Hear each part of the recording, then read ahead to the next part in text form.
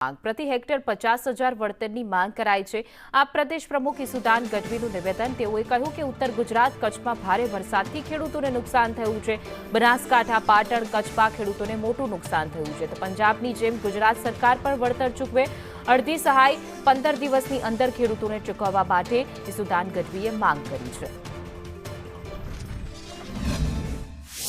તમે વિચાર કરો, બનાસકાંઠા, પાટણ, રાધનપુર, કચ્છના કેટલાક વિસ્તાર, આ વિસ્તારોમાં અતિ ભારે વરસાદના કારણે ખેડૂતોને ખૂબ બધું નુકસાન અને હેક્ટરે 50,000 રૂપિયા જેમ પંજાબની આમ આદમી પાર્ટી ભગવત માન સરકારે જાહેર કર્યું છે, એવી જ રીતે ગુજરાતના ખેડૂતોને પણ હેક્ટરે 50,000 રૂપિયા સહાય તુરંત જાહેર કરવામાં આવે અને એ સહાય પહેલા અડધી સહાય એને 15 દિવસમાં ચૂકવી દેવામાં આવે એવી આમ આદમી પાર્ટી અને ગુજરાતના ખેડૂતો વતી હું માંગ કરું છું।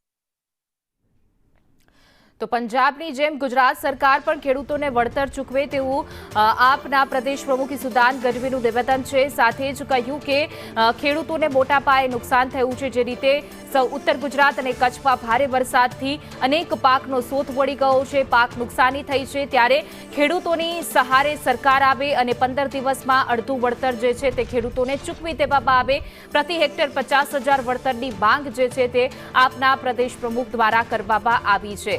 તો આપના પ્રદેશ પ્રમુખ ઈસુદાન ગઢવી જે છે ખેડૂતોની વારે આવ્યા છે અને સાથે ઉત્તર ગુજરાત અને કચ્છમાં જે રીતે અવિરત વરસાદ વરસ્યો, જો કે અનેક એવા ખેતરો પાણીથી તરબોળ, હજુ પણ પાણી ઓસર્યા નથી, પાકને મોટા પાયે નુકસાન થયું છે, ત્યારે મદદ કરવામાં આવે, સરકાર સહાય ચૂકવે તેવી માંગ